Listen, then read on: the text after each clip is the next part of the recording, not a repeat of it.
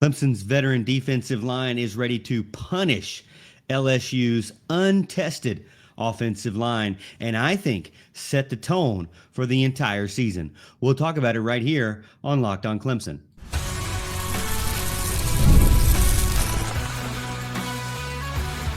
You are Locked On Clemson, your daily podcast on the Clemson Tigers.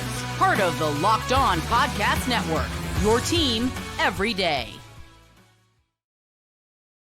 What's up, Tiger fans? Morgan Thomas here, Clemson fan, Clemson grad, host and producer of Locked On Clemson, and part-time host and producer over on 105.5 FM The Roar. Thank you so much for making Locked On Clemson your first listen every day. We're part of the Locked On Podcast Network, your team every day. And if you're new to the show, make sure you hit that like and subscribe button so you never miss an episode. You know how we do it here on Locked On. If you're an everydayer, it's not new to you because we're going to get exclusive Clemson content Monday through Friday every single week. We're actually starting back up now on weeklies or daily, Monday through Friday, every single day. You're going to get something as we continue to go through the football season, and we're getting ramped up for that very first game of the season against LSU. And if you need more discussion on Clemson, you can always find me over on X at the Morgan T Show, where I talk all things about the Tigers. This episode is brought to you by Monarch Money. Take control of your finances with Monarch Money. Use code LOCKEDONCollege at monarchmoney.com for 50% off your first year. On today's show, we've got a lot to discuss. The defensive line, LSU's offensive line, that's really what I'm digging into. I've taken a look at their running backs. I've taken a look at their wide receivers, but now I wanted to take a look at the offensive line and what I think is an advantage for Clemson going into this season, going into this game. Because I have had, and I have heard you out there say, well, Morgan, you've been talking about all the strengths of LSU. You're starting to sound like Locked On LSU. I get it. I understand that. And I feel like that it's best for you to be the most informed fan out there. You could listen to many other podcasts and know nothing and just hear people yap for hours about nothing. But I wanted to give you an in-depth look at our opponent, and you will get that for the rest of the season as we continue to look at who Clemson is going to match up against, because I want you to not go in. I don't want you to go into this game or any game this season and come off surprised by what the opponent may do. I want you in front of your friends next to each other in the stadium or in your living room to be the most educated person about the opponent. We already know what Clemson brings to the table, but the biggest thing is, for me, and what should be for you, I believe, is that opponent. Now, we've talked about, again, the running back, wide receivers ad nauseum. I wanted to talk about the offensive line and how they've rebuilt it and how Clemson's defensive line should match up and be able to dominate the line of scrimmage coming August 30th. LSU fans that are listening and watching, they don't want to admit this, a lot of them, but the offensive line is a huge concern for them, and it should be. As Clemson enters in this season with a defensive front that could terrorize even the most seasoned offensive line out there. LSU is showing up with 3 sophomores, redshirt sophomores, 2 redshirt freshmen that played nothing last season, were redshirt freshmen, and were redshirts last season, only got their max games. Experience. Listen to me when I say this. Experience matters the most when we're talking about the trenches, when we're talking about a big primetime game like this. Mistakes with an inexperienced line is going to prove instantly and frequently painful. And who has that? Well, Clemson has the way more veteran defensive front and offensive line than LSU is bringing to the table. You're going to feel like it is a big time, GMC Sierra colliding with a little baby Toyota Yaris. I mean, I'm telling you, that is what I see as far as the biggest difference. That's no disrespect. You have to give respect to what Clemson is bringing to the table with their experience, with their talent, and with with their career, what they've been able to do versus what you're bringing to the table if you're LSU. TJ Parker is a sack machine, a future first-round draft pick. Peter Woods, 5-star defensive tackle, future first-round draft pick, as long as he can stay healthy. Demonte Capehart, if you listen to any true Clemson fan that is a football fan through and through, they'll tell you that Demonte Capehart might be one of the better defensive linemen on the team that just never gets any of the props. He is the quiet one that the national media doesn't talk about, but Clemson fans know for sure. When he's out there, his presence is felt. And then Purdue transfer that Clemson has added in. Dabo Swinney went into and shocked the world with a transfer portal player that's actually going to start the game and will help. You're talking about thousands of snaps between these players. They've produced tackles after tackles, sacks after sacks, one after the other. On the other side, LSU has lost a lot on that offensive line. They depend on Tyree Adams, Paul Mubenga, DJ Chester, Bowen Eccles, Weston Davis. And, I feel as if that's going to be a concern for me. Also add in there Braylon Moore, who, if you look at LSU's roster, I want to go ahead and say something to the SEC fans out there, because we know that there are LSU fans and then there's the SEC fans that, like to wear Gamecock colors on Saturday, but all the rest of the days are SEC fans for whatever reason. It seems interesting to me that a lot of these high-profile guys that LSU has brought in, where did they come from? The ACC. They've got 2 guys from FSU. They've got 2 guys from Virginia Tech that they believe will be rotating in and even starting. And they're from the ACC. You heard me right when I said that. The ACC. So Clemson should be very familiar with these players because you're taking ACC transfers to fill your roster now. I thought the SEC was leaps and bounds better than everyone else. Apparently not. Apparently, you do need to fill the gaps with some ACC guys. I'm not saying that directly to LSU fans. Let you know, LSU fans, if you're still listening, I'm not saying that to you. I'm saying that to the Gamecock fans who pretend to be LSU fans on August 30th. But you have to know as an LSU fan that you've got guys outside of DJ Chester, outside of Braylon Moore. I'm not very confident with the amount of experience that you have on your offensive line. DJ Chester, a freshman All-American or a freshman All-SEC guy. 13 starts, definitely really good. Going to be an anchor at your center position, which is your general on your offensive line, but is still extremely, extremely young as a redshirt sophomore in that position, in that role. Around him, the best guy you have with the most snaps is Braylon Moore, who's coming from Virginia Tech, who wasn't as good as his brother. Let's be honest. He has a lot of snaps. That's true.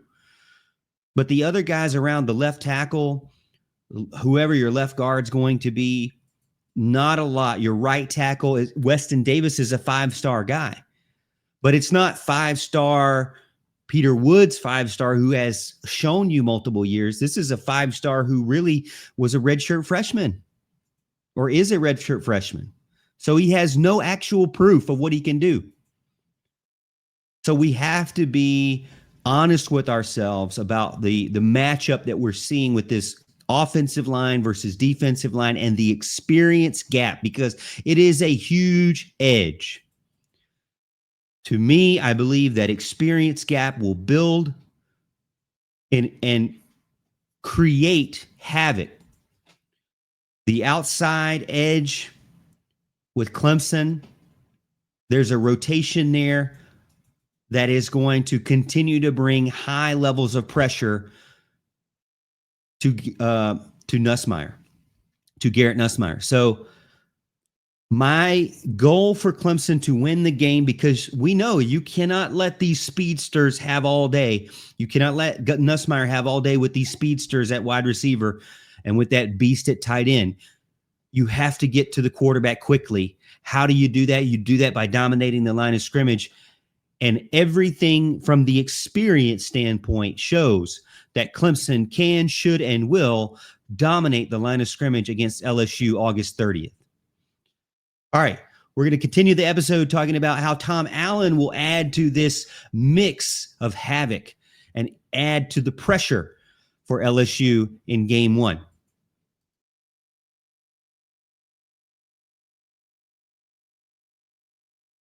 Ever wish managing your money felt easier? With Monarch Money, it can. Whether you're growing your savings or planning a big purchase, Monarch puts you in the driver's seat. It's like having your own personal CFO, giving you full visibility and control over your finances. Monarch Money is more than a budgeting app. It's a complete financial command center. You can track all of your accounts, investments, and spending in one place. So in addition to managing your money, you're also building wealth.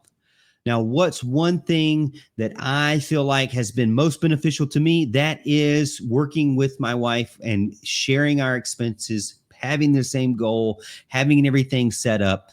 I really love that we can be on the same page with our accounts. As you know, and nowadays, you don't just have one account. You have 5 or 6 accounts, and sometimes it's hard to keep track of everything, but it's great with Monarch Money. Take control of your finances with Monarch Money. Use code LOCKEDONCollege at monarchmoney.com for 50% off your first year. That's monarchmoney.com, code LOCKEDONCollege for half off your first year.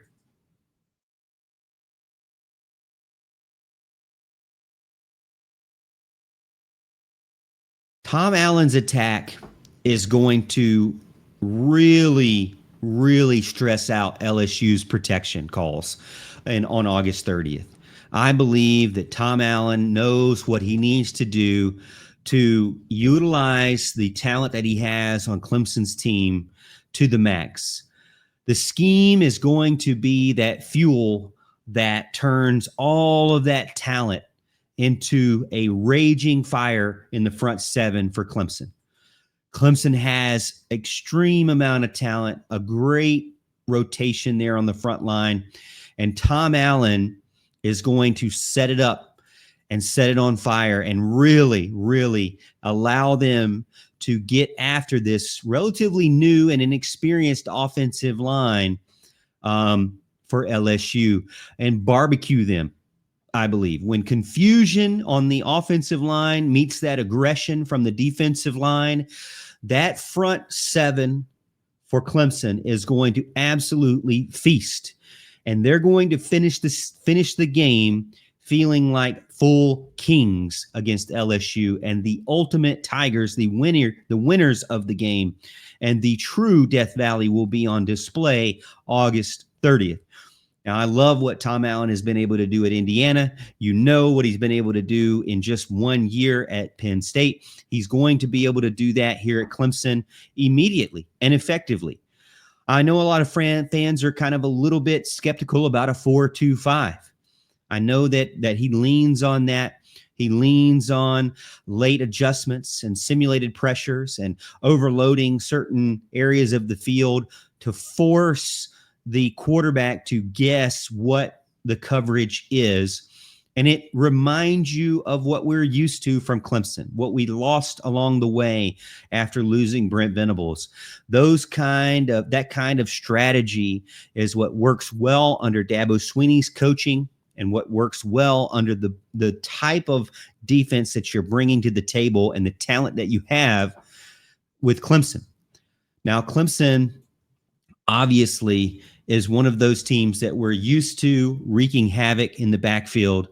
And I believe that Tom Allen is going to add to that. The defensive line should be able to rotate well and be able to build off of each other. Last season, you can't really look at too much because there was a lot of TJ Parker and him doing everything himself. Clemson has gotten healthier on the front line. They've gotten help from Will Helt from Purdue. And so he's not going to have to do everything himself. Peter Woods, if he stays healthy, is going to be able to add to that as well. When you look at the matchups there, I do believe that Clemson has a huge advantage, and it goes back to what Tom Allen is able to do. Able to get them back to the fundamentals. He's not just going to have to get the front defensive line to be their best, but what I'm hearing from the spring or the fall practices and from the spring, and what we're hearing from the media days starting out, is that he's really focused on building around that biggest strength, Clemson's biggest strength being the defensive line. And so if he can get the other players to fall in and respect their assignments, it's going to really frustrate not just LSU, but many other teams along this season. I believe that especially when you play in Death Valley and Clemson Memorial Stadium, communication is a big key as well. And Clemson's atmosphere, Clemson's fan base, you can say you play in this or that, but it doesn't matter. I've seen it as a fan year in and year out, team in, team out. It does not matter how good you are. You're going to have a false start. You're going to have a miscommunication, and it's going to be because of me and all of the other Clemson faithful that are there. You can say you have all this experience with it, and I get it. You may have it, but it's still going to throw someone off. It may not throw Nussmeier off, but it could throw a left guard off. It could throw a right tackle off that is getting their very first start. It could throw off the right guard that's getting their very first start. It could throw off the left tackle that's getting his fourth start. And that's the fact, is that, yes, you have a few really good offensive linemen, but you have a bunch that I'm ready to feast as a fan and really get them out of their comfort zone and get them into false starts, put them behind the line of scrimmage, get them in negative yardage situations, and have you be able to have to play from behind on third down. It's not even if you get that mental stress for a false start or a delay of game or anything like that. Think about this too. It's also when you add in the fact that there is hesitation. Whenever there's a moment of hesitation on an offensive line, any loss of concentration or hesitation is an immediate and multiple loss of leverage. Pad levels get out of sync, and the pockets will collapse. Garrett Nussmeier will have to spend the night trying to reset his mental clock, trying to figure out what his feet need to do instead of being able to comfortably read downfield to those speedsters that we talked about. Clemson's defensive front will be able to feast and get in early, and that will relieve the pressure on the defensive backs, and they will appreciate that gift not only from the fan base, but from the defensive line as well. I'm also curious to see how much Tom Allen does pre-snap movement. You know, with your talent that you have of Woods and Parker and Helt and Capehart, don't you think that you're going to move around guys when you have Sammy Brown and Wade Woodaz behind them, two really good linebackers as well? I feel as if you're going to have a lot of pre-snap movement to continue to put stress, mental stress and physical stress on these young offensive linemen who are struggling to keep track of exactly what their assignment is, who are struggling to understand exactly who they need to go after and attach to immediately after the snap. When the guy that they were initially locked into is no longer in front of them anymore, what are you going to do? The extra amount of confusion that brings to the offensive line from pre-snap movement is going to free up lanes for guys like Sammy Brown and Khalil Barnes to get to the backfield, to where even if your front four don't get there, the second level will be able to get there. I believe you're going to see that early success often as well. I'm also curious about safeties. You know, I mentioned that that was a concern for me for Clemson, as if they get stressed and Clemson's not able to get to the backfield, the safeties will be a concern with being able to hold that deep part of the field. But what if you get a guy like Ricardo Jones in to help out with the front line and blitzing? That to me could throw in a different angle that could even add to more speed and more confusion on that offensive line. I'm excited about the matchup. Don't get me wrong. As confident I am about this specific matchup, there are a lot of areas where LSU can exploit Clemson, and we've mentioned those as well. It's a lot of I don't want you to take this as overconfidence, but as a fan and an analyst, I do believe that you have to give credit where credit's due, and the credit is due on that Clemson defensive line. It is absolutely due before the season starts.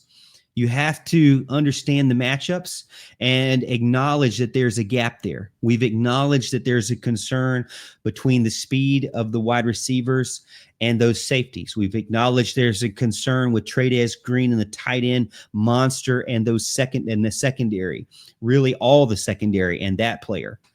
But on the flip side with Clemson, this episode is really about the fact that as a Clemson fan, you should walk in with your head up and extremely confident about what the defensive front can do and what Tom Allen can do to disguise what the intentions are to that offensive line. The better and the quicker they are able to get it together now in the fall, in August, coming up to this game, is going to revive that reputation that Clemson had on that front line to produce multiple first-round draft picks on the defense. And Clemson has that talent. And Tom Allen has that blueprint to get them back to a level of national respect that we haven't seen since Brent Venables left. And I'm looking forward to it as well. We'll finish up the show talking about how Clemson can take all of these and all this strength that I've talked about and roll it into a championship push in 2025.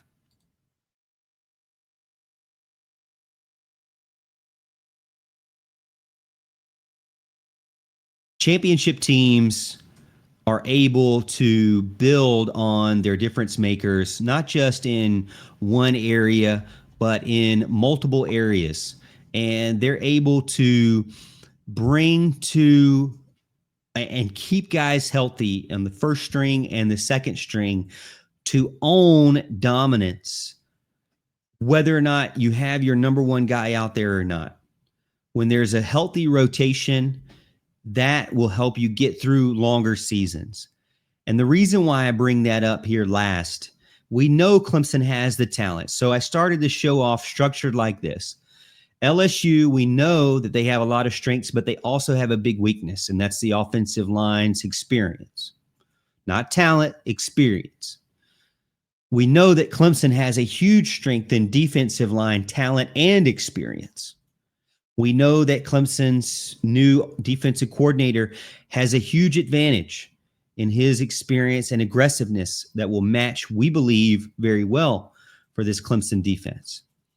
Lastly, I wanted to talk about Clemson's ability to stack this, not just one deep, but two deep, owning a luxury not just on the defensive side of the ball, but also on the offensive side of the ball. As I mentioned, LSU's offensive line is one of those where you have a lot of question marks. Thankfully, for Clemson's side of the ball, on the offensive line, you don't have that. You have a left tackle in Tristan Lee, a former five-star guy that's played multiple years. You have Harris Sewell, who is coming back from injury but has played multiple years. You have Elijah Thurman, who looked as good as Marcus Tate, who's now in the NFL, coming off of injury, who's going to be able to compete for a starting position. You have Ryan Linthicum, who is a multiple-year starter and one of the best centers when he was in high school. You have Walker Parks, who returned for whatever year it is, 15th year for Walker Parks, one of the better, more consistent offensive linemen out there. And you have Blake Miller, who has been a starter since he was a true freshman and played many, many snaps now as a senior. This roster is built to win and climb to the highest point of the season at the end of the season, all because they're too deep. And I don't mean too deep just on the defensive line, because they are, but they're too deep, meaning offensive line, defensive line are complementary of each other. There is not a difference gap there. There's not an experience gap there. Clemson has, as much as I've bragged about their experience and talent on the defensive line, they have possibly the same or slightly less, but right up there in the same way under Matt Luke. Matt Luke has been able to build this offensive line now in his second year, and that cohesion and that functionality and the strength that we're seeing and that building of that offensive line is coming to fruition now. The defense is not just the most talented team on this roster. The offensive line, too, it was going to be able to hold their own as the ball and possession shifts from one to the other. I don't believe you're going to have much of a change in who is winning the line of scrimmage, where it be Clemson on both sides. Depth on both means fresh legs on both as well. Look at what you have behind TJ Parker. Cade Denoff, a graduate who started many games. Vic Burley, a high recruit that's been injured, but very experienced himself as far as talent goes. Steph Green comes to the table, a lot of experience, a lot of talent. Jaheim Lawson, a lot of experience. Darian Mayo, a lot of experience. You've got Amari Adams, a lot of talent that we don't know about. Heaven Brown Schuler, a lot of talent we don't know about. But Clemson is 2 and 3 deep on guys that are high 4 stars in this defensive line. And then you flip it over to the offensive line, and you've got guy after guy who has played and has snaps and is very experienced, not just first string, but second string. And so I like what this means for Clemson long term, because it means you're able to play complementary football. When the defense forces a quick punt, the offensive line will get in a favorable position, and it'll shorten drives. It'll preserve their energy. It'll conserve long scoring drives and allow and conversely, the offensive line will allow for the defense to rest by having longer scoring drives. So with this talent, with this experience, means that they complement each other. I also feel as if Clemson has a little bit, probably the best in years of their injury insurance. You know, no team is going to be able to make it all a fall without some sort of bumps and bruise, right? Clemson can slide guys around. We've seen it happen, and they have the depth now better than they've had in the past couple of years. And as we always hear from practice, iron sharpens iron. Clemson's defensive line and offensive line have been going at it in the spring, in the summer now, and in the fall camp. They're going to as well when August gets here. So I believe that this is going to build Clemson into one of the favorites to get into the college football playoffs, and not just favorites because they play in the ACC. Don't give me into that garbage. They're favorites to get into the playoffs because of the talent they have on their team and the complementary football that they're able to play. We all know that national championships are highlighted by superstars at the skill positions, but they're forged in the trenches on the offensive line and the defensive line. And I believe that Clemson has gathered the talent that they need to fight for that championship ring in 2025. They got to start it, and they got to prove it all, though, against LSU. Thankfully, at home, hopefully you'll be there. I know I'll be there.